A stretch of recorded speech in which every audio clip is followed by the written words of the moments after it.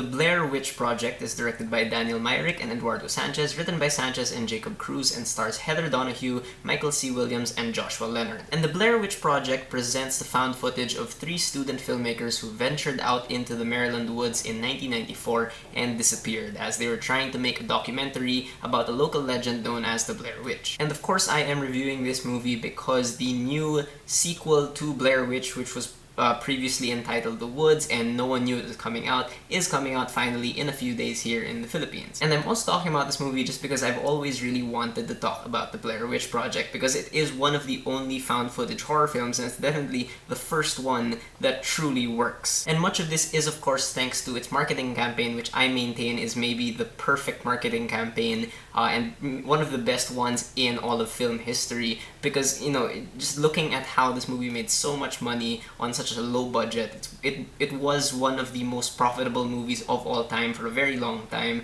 It just, you know, goes to show how well they promoted this film.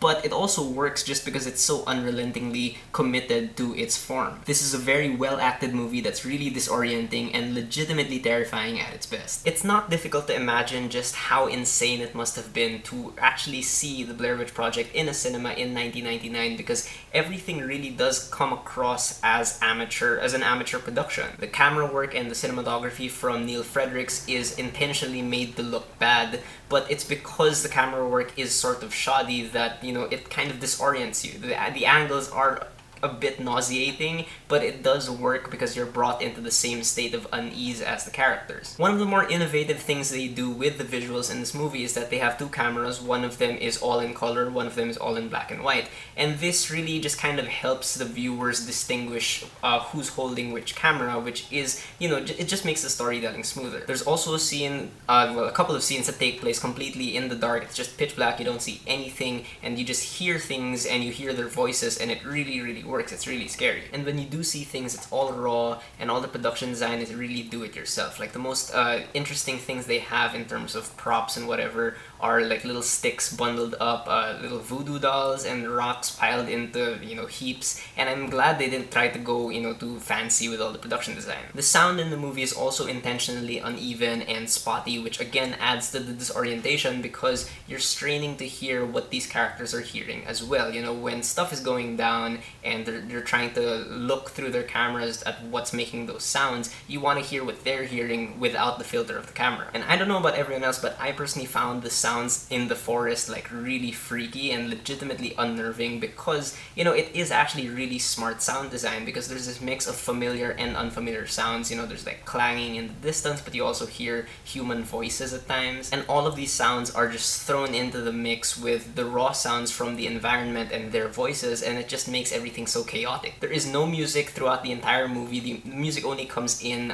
during the end credits, and the music they use is really freaky. I mean, I listen to Nine Inch Nails, but that music just really wanted me to turn the movie off immediately. Now, the biggest complaint from detractors of the Blair Witch Project is the fact that it is a slow movie that spends too much time with them walking. However, again, for what this movie was trying to be, I think it makes perfect sense, and I think that if they tried to do it any other way, they really would have just shattered the illusion, and it just wouldn't have worked. So I do think that the uneven pacing in the movie is a risk that they knew they had to take, and I think it really pays off. The editing here, which is also done by the directors Daniel Myrick and Eduardo Sanchez, they sequence the movie chronologically, but you still get the feeling that they quote-unquote left some footage out, which is good because it trusts the audience to connect the dots. You know, they don't show every single moment of the trip out into the woods, so you kind of get to relate with them more because you yourself are filling in the blanks for what happens in between little moments. And you really have to give it up to the actors in the Blair Witch Project because they are incredible. Heather Donahue, Michael C. Williams, and Joshua Leonard, it never comes across like they're acting. And I don't mean this just in the sense that they look natural, because we say this about actors all the time, you know, like Daniel Day-Lewis doesn't look like he's acting, Meryl Streep doesn't look like she's acting, but,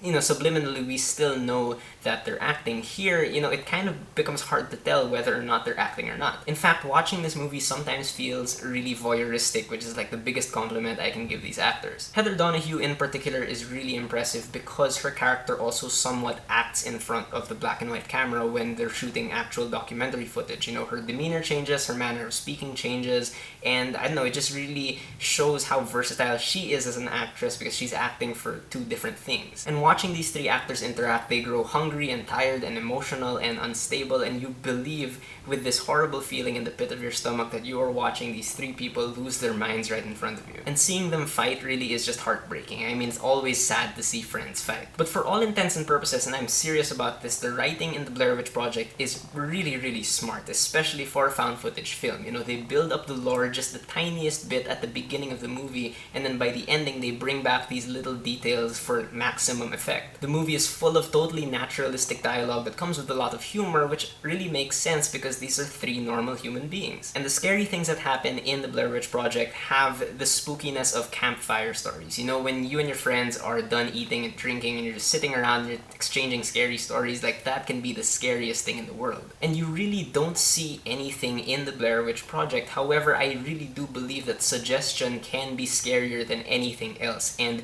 for me at least, watching them just kind of run away from these crazy sounds, there was nothing they could have shown me that was scarier than what I was imagining. And all of this really should be credited to the directors Daniel Myrick and Eduardo Sanchez, because they just make this movie really harrowing to watch. Not just because it's so creepy, but because I think human beings naturally don't like seeing friends fight. They really just kind of make it uncomfortable throughout. And I also have to give them kudos for the ending of this movie. The ending of the Blair Witch Project is the only time that there's any real kind of blocking and direction, but it really scared the bejesus out of me and scares me like still when I just think about it. I'm not gonna spoil what the ending is if you've never seen it, but if you've never seen it, you have to watch this movie. Now, my flaws with the Blair Witch Project have to do with certain things that happen in the movie that kind of break the illusion.